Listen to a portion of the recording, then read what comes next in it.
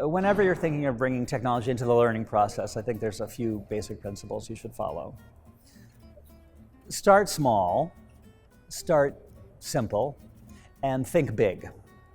And those seem a little bit contradictory, but start small means don't try and reinvent the whole process from beginning to end. Just change one little piece of it.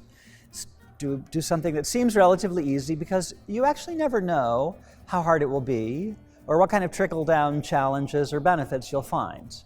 So start with something small, and start with something that is relatively easy in the sense of being kind of ready to hand. Like maybe decide you're going to use everybody's phones. Everybody has a phone.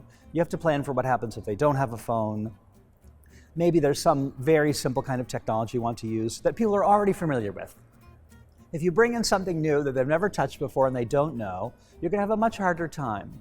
So if you start small and you could say familiar, start with something that's familiar to everybody, then the beginning part is much easier. The thing that people skip sometimes is think big, which means, okay, you're changing part of the learning process. This is your opportunity to stand back and say, why are we here?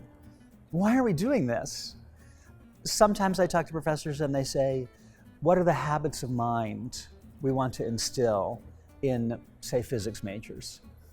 And it's things like curiosity, and it's things like respect for experimental science or curiosity about experimental methods, or it's things like open-mindedness and skepticism.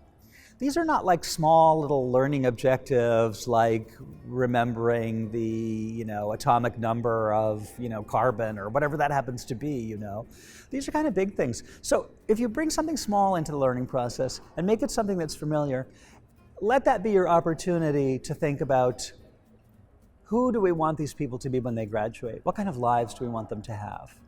Because that will also be very motivating. Because if you do something very small, you might think, my God, we're just moving the deck chairs around. So if you do something small, you have the leeway and you have the opportunity to step back and ask the big why question.